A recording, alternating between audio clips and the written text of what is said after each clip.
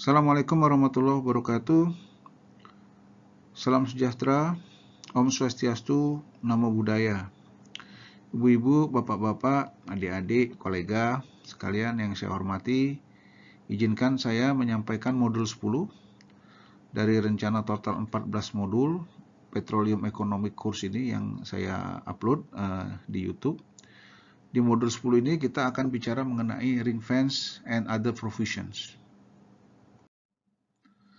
Oke, jadi topik kita di modul 10 ring fence, nanti kita akan bahas mengenai ring fence and other provision. Other provision di sini ada tiga, nanti sebenarnya ada tiga yang akan saya bahas. Yang pertama itu terkait dengan investment credit, yang kedua terkait dengan DMO, domestic market obligation, yang ketiga tentang FTV, first trend petroleum. Nah, ini kenapa dibahas? Karena di sini dalam prakteknya ada loophole gitu ya, dalam PSC Indonesia terkait tiga hal ini. Nanti kita akan bahas satu persatu. Oke, sekarang kita mulai dulu dengan ring fencing. Apa itu ring fencing? Ring fencing itu adalah wilayah kerja dipagari. Artinya kalau di Indonesia itu kan ring fencingnya wilayah kerja. Jadi misalnya ini ada wilayah kerja, yang hijau-hijau ini wilayah kerja produksi, misalnya gitu ya. Yang kuning wilayah kerja eksplorasi, maka pendapatan dan biaya dari masing-masing wilayah kerja itu jadi terpisah. Tidak boleh dibebankan satu sama lain. Nah, itu prinsip dari ring fencing wilayah kerja.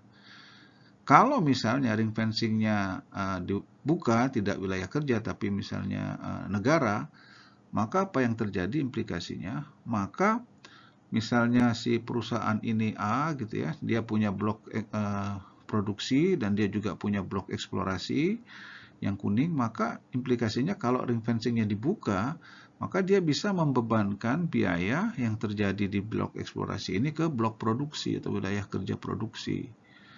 Apa implikasinya? Ada dua implikasi. Yang pertama, profit di wilayah kerja produksi akan turun. Otomatis profit bagian negara dan kontraktor di wilayah kerja produksi akan turun gitu ya. Karena apa? Karena tadi biaya dibebankan ke sana. Yang kedua, pajak. Pajak yang akan diterima pemerintah juga turun. Kenapa? Karena pembebanan biaya ini mengakibatkan taxable income juga turun, otomatis tax yang akan diterima pemerintah juga turun.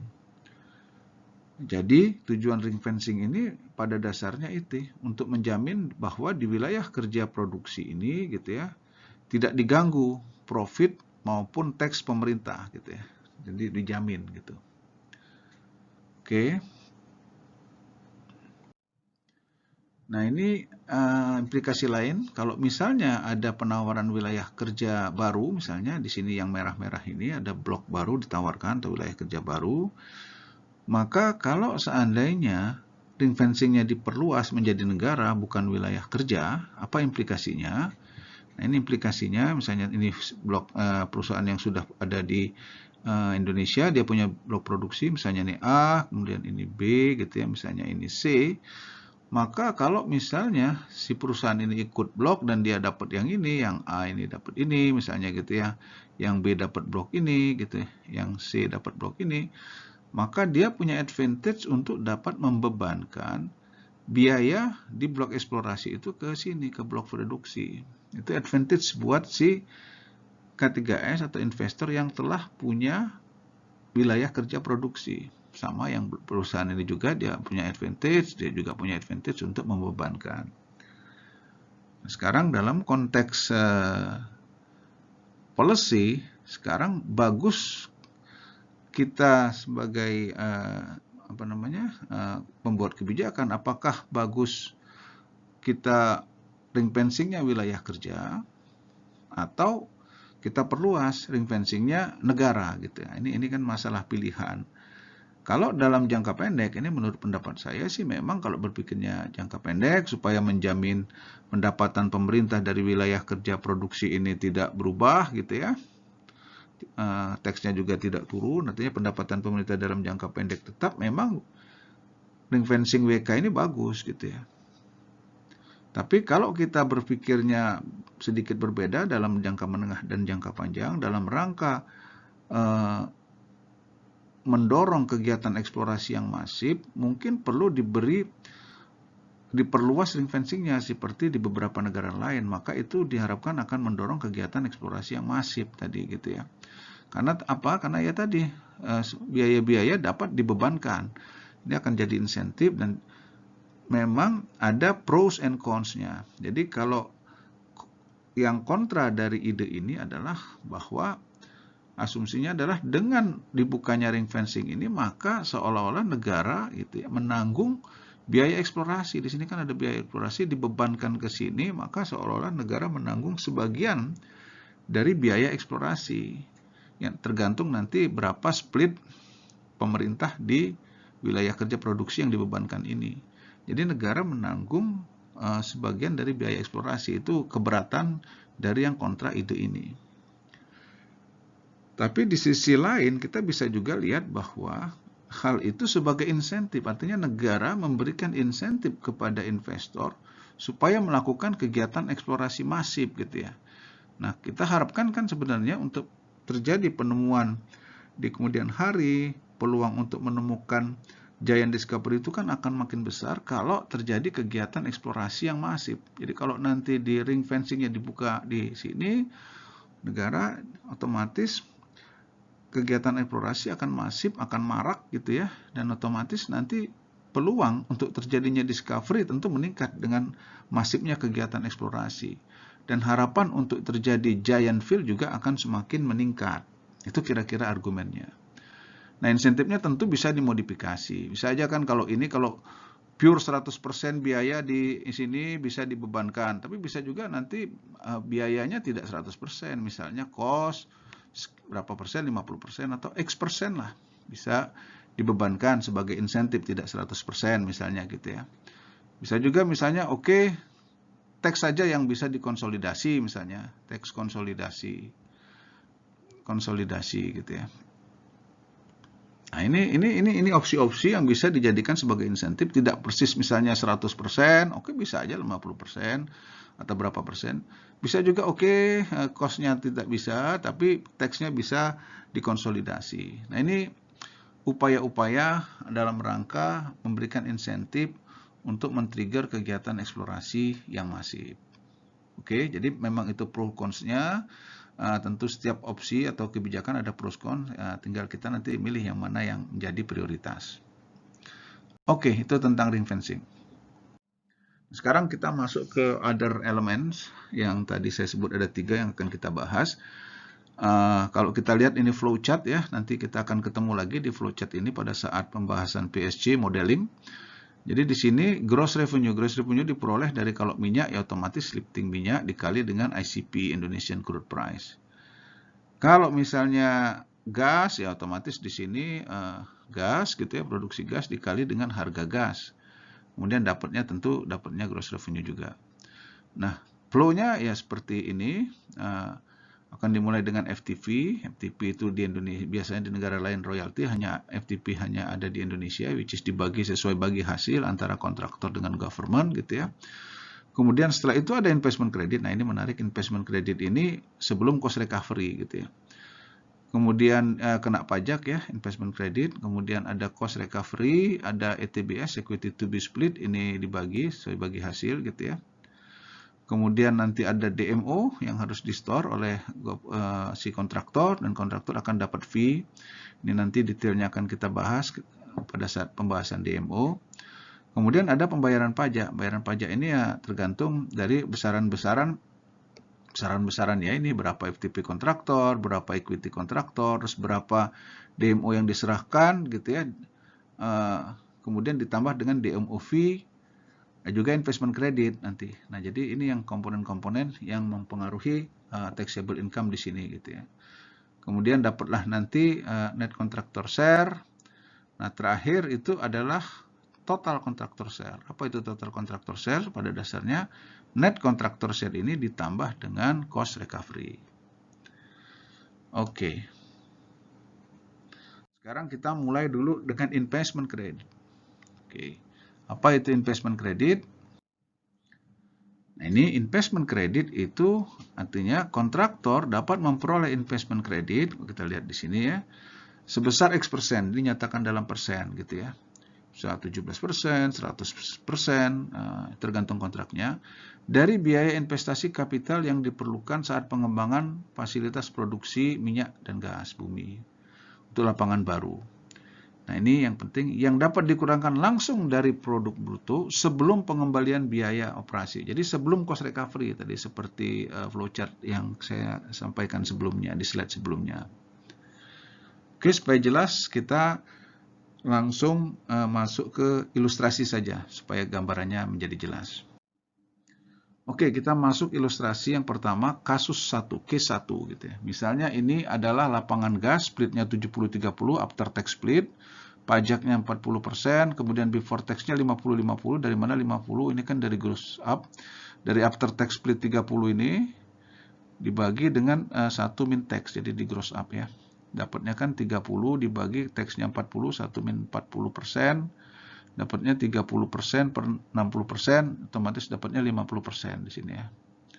50%. FTP diketahui di sini 20% dan DMOV-nya 25%. Oke, dari sini kita langsung masuk ke flowchart ini gitu ya. Oke, flowchart ini kita mulai dulu dengan asumsi yang sebelah kiri ini bahwa ini tidak ada investment credit, no investment credit gitu ya.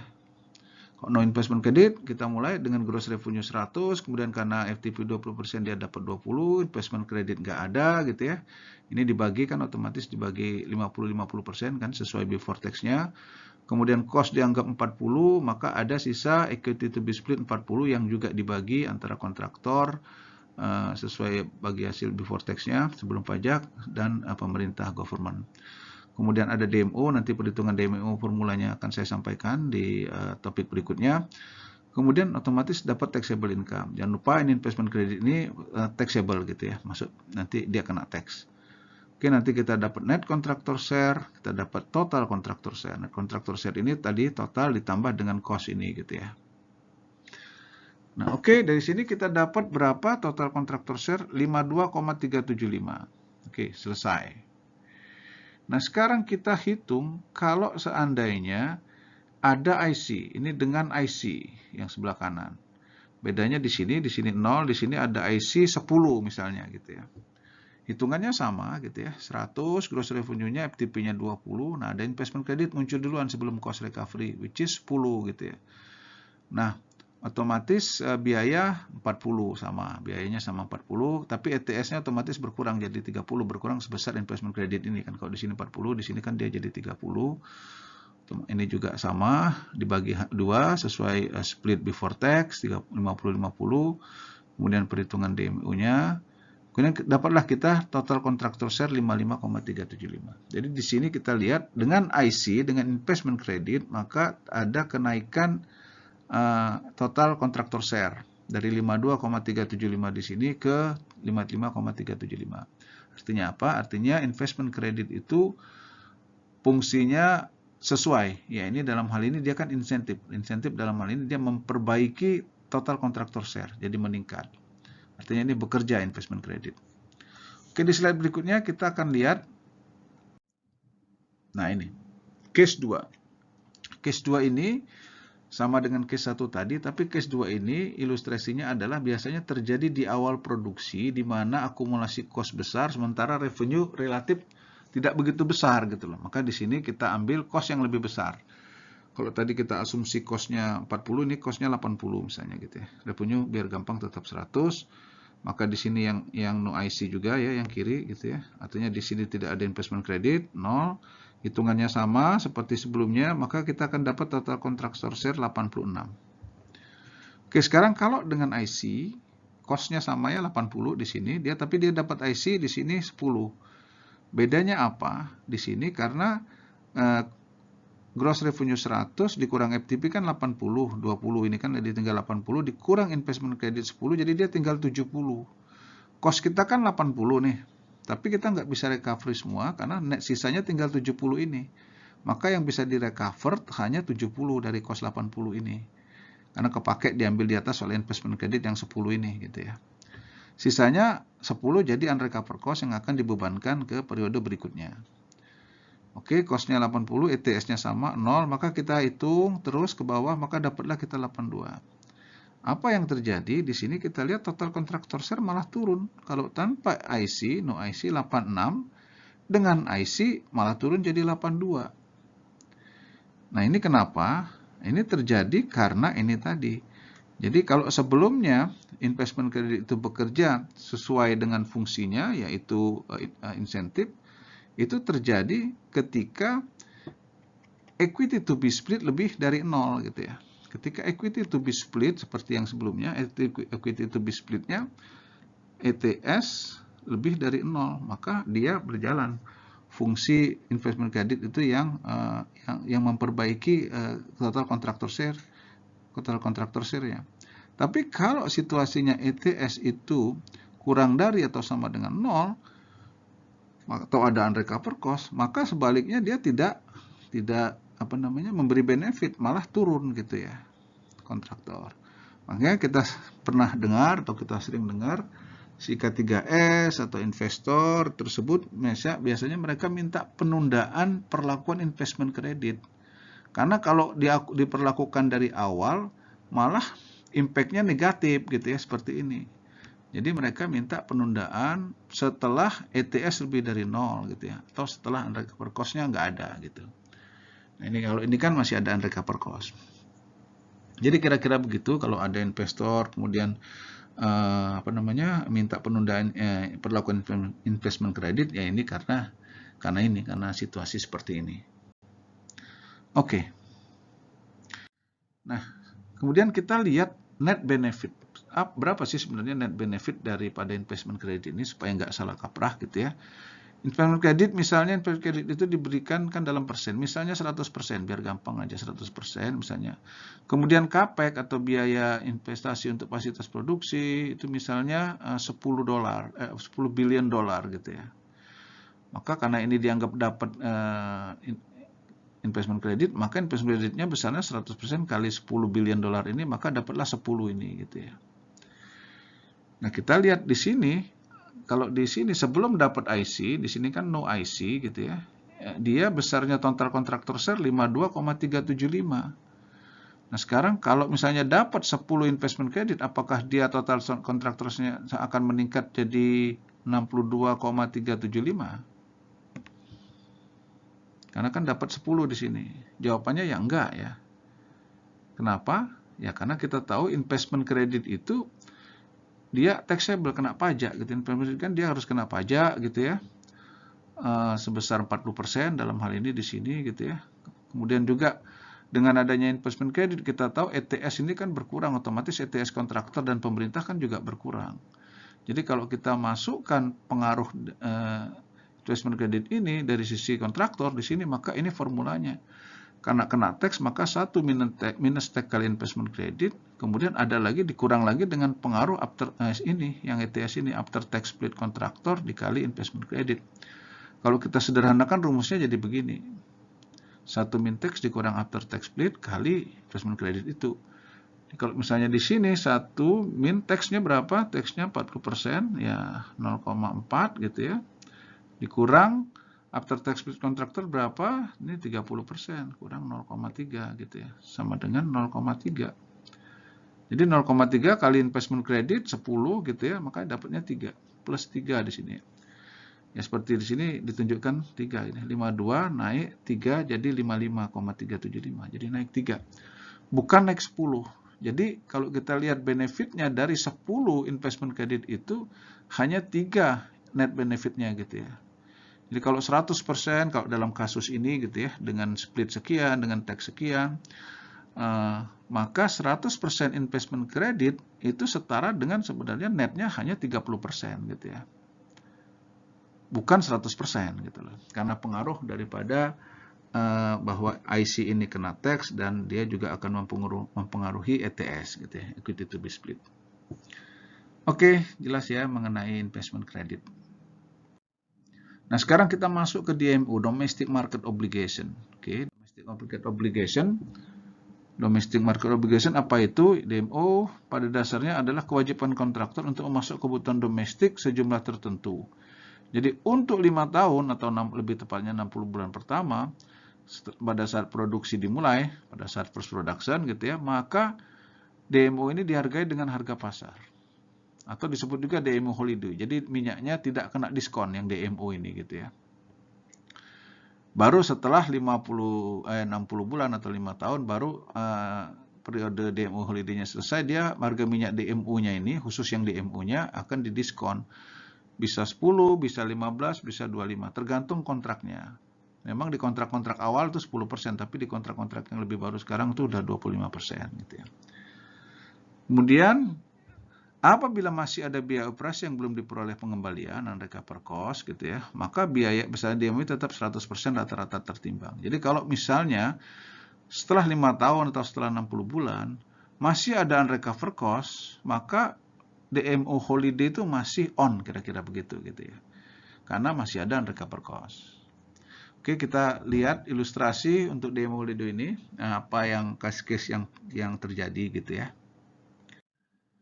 Oke, ini implikasi, saya bikin 3 case sengaja gitu ya. Ini splitnya minyak, 85-15, split minyak. Ini kemudian teksnya kita anggap teks 44 gitu ya. Kemudian before tax-nya ya kita hitung otomatis gitu, 15 after tax dibagi di gross up ya, 1 kurang tax 44, jadi dapatnya ini ya. 26 otomatis pemerintah ini before tax-nya. FTP 20%, DMO fee asumsi 25%. Nah, rumus DMO itu adalah ini, 25% dikali before tax split. Dalam hal ini 2675 gitu ya. Kalau dalam split yang lain tentu angkanya akan berbeda. Dikali lifting gitu ya. Ini rumusnya. Case kita lihat sekarang ilustrasi yang pertama dulu gitu ya. Case 1 ini case normal. Misalnya lifting 10.000, oke lifting 10.000 ini misal aja. Kemudian FTP 20% maka dapatnya 2.000. Nah, kemudian di sini karena oil price 40 gitu ya, cost-nya 280.000 karena dia dalam barrel, kita convert ke barrel dapatlah 7.000. Oke, sisanya otomatis ETS 1000 kita bagi sesuai bagi hasilnya, dapatlah ini kontraktor, ini government gitu ya. DMO berapa? DMO kita masukkan rumus ini gitu ya, ke sini dapatlah 670. DMO fee 25%, maka kalikanlah ke sini 25%, dapatnya ini. Nah, ini situasi normal, artinya si kontraktor K3S dalam hal ini dia akan apa yang dia dapat, dia akan dapat FTP kontraktor ini, dia dapat kontraktor equity share ini, kemudian dia menyerahkan DMO sebanyak 670, kemudian dia menerima fee sebesar 25%-nya ini jadi 167.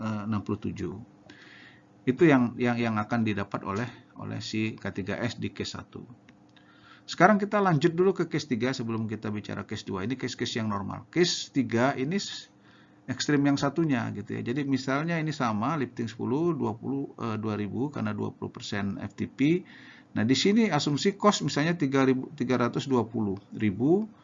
Kalau kita convert ke barrel dia dapatnya 8.000 barrel gitu ya. Maka otomatis ETS-nya nggak ada, 0.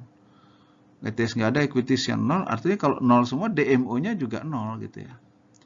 Maka di sini kalau kita jumlahkan, maka kontraktor dapat FTP-nya 5,7 ditambah 0, dikurang DMO sama DMO fee-nya 0 gitu ya. Nah, ini clear yang dua ini. Case 1 sama case 3. Nah, yang agak complicated ini di case 2 gitu ya. Case 2 ini gimana? Case 2 dia sama 10.000, kemudian FTP-nya 20% 2.000, ini sama semua. Nah, di sini yang bedakan hanya di sini, konversi ke barrelnya gitu ya. Ini cost-nya sekian, maka barrelnya dapat 7962. ETS-nya otomatis tinggal sedikit, 37,3, maka kalau dibagi sesuai kontrak bagi hasil ini, maka equity share-nya hanya 10 barrel gitu ya. Di dapatnya si kontraktor, maka 27,3 untuk si pemerintah. Nah, di sini otomatis berapa DMO-nya? Ini yang jadi pertanyaan gitu ya. Karena kalau kita hitung pakai rumus standar ini kan dapatnya 670 gitu ya. Padahal kalau total ini aja nggak sampai 670, ini dijumlahkan ini kan hanya 536, nggak nyampe 670, jadi nggak pakai ini gitu ya. Ya berapa gitu. Nah, ini yang sering dispute gitu ya. Ya tergantung kontraknya ya. Ada yang memahami ya bahwa ini yang semua ini akan menjadi DMO. Sementara ada juga yang menganggap bahwa ya hanya ini aja yang kena DMO gitu ya. Itu coba nanti lihat di kontraknya, karena memang yang sering dispute itu yang case-case yang seperti ini gitu ya. Kalau yang 1 dan 3 ini clear. Oke. Nah, sekarang kita masuk ke first trend petroleum. Apa itu first trend petroleum? Kita tahu FTP itu ada di Indonesia sebenarnya untuk menjamin pendapatan pemerintah itu dapat dari awal produksi gitu ya. Maka dibuatlah FTP. Ya mirip royalti tapi FTP di Indonesia itu dibagi gitu ya. Nah di sini case-nya apa? Misalnya dia FTP itu dibagi, ini minyak, ini gas 70-30, pajak 40 gitu ya. Otomatis sama seperti sebelumnya, before tax-nya 50-50, FTP 20, DMOP 25%. Oke, ini untuk ilustrasi. Jadi kita lihat FTP ini, gross revenue 100, FTP 20, cost-nya 90. Oke, cost 90, tapi karena kurang kan, 100 kurang 20 kan, sisanya 80 kan. Hanya 80 yang bisa direcover, otomatis 10-nya unrecover. ETS 0. Oke, ke bawah jadi 0 semua gitu ya. Kecuali nanti ada pajak dari FTP kontraktor di sini ya. FTP kontraktor di sini hanya pajak. Nah, sekarang kalau ada case seperti ini. Nah, case seperti ini si kontraktor dia bilang, "Aduh, saya FTP-nya karena saya masih ada unrecover cost, ya saya cost saya kan 90 udah saya pakai aja si FTP saya ini buat bayar cost. Jadi cost saya 90 bisa dibebankan semua. Jadi saya nggak dapat FTP. ETS-nya sama dengan 0. Jadi kan di sini kan 10 nih karena gross revenue-nya hanya dari pemerintah yang dapat 10, yang dari si kontraktor dia pakai untuk cost gitu ya. Maka 90 dia bisa dapat di sini, recover 90 gitu ya. Otomatis unrecover-nya jadi 0. Nah, di sini kontraktor mikir ya sudah FTP saya itu saya pakai buat recover cost dulu aja karena masih supaya lebih cepat unrecover cost-nya jadi hilang gitu ya. Ini secara bisnis pemikiran seperti ini logik aja gitu ya. Ya kemudian ya tapi otomatis memang di sini taxable-nya jadi nggak ada gitu ya. FTP itu kan bayar pajak tapi karena dipakai untuk merecover cost supaya lebih cepat jadi pajaknya jadi tidak ada. Nah, isu seperti ini nggak ada ketika ETS sudah lebih dari 0 gitu ya. Ini terjadi hanya ketika ETS kurang dari 0, kurang dari sama dengan 0 gitu ya. Nah, kemudian di PSG 2010 muncullah ini gitu ya, bahwa supaya tidak terjadi lagi case seperti ini, maka dimunculkan ini, operating cost shall not be recovered from contractor share of FTP, the contractor share of the FTP is exempt from cost recovery, for avoidance of doubt, the contractor share of FTP is subject to Indonesia income tax law. Nah, jadi ini maksudnya jangan dipakai lagi yang model kayak gini gitu ya. Ini kan loophole, maka ke depan ya harus pakai yang seperti ini gitu. Jadi bahwa ini kontraktor ya tetap ada pajaknya di sini, nggak bisa dipakai untuk mempercepat pengembalian cost recovery di sini. Oke, itu isu yang terkait dengan FTP. Oke, saya kira demikian untuk modul 10. Next kita akan masuk ke model 11. Nanti kita akan detail PSG modeling, bagaimana menghitung keekonomian dengan Excel gitu ya, dari mulai profil produksi, term and condition, sampai nanti bagaimana IRR, NPP, government take, contractor take, dan lain-lain. Saya kira demikian, ibu-ibu, bapak-bapak, adik-adik, kolega sekalian. Salam sehat buat semua. Terima kasih. Assalamualaikum warahmatullahi wabarakatuh.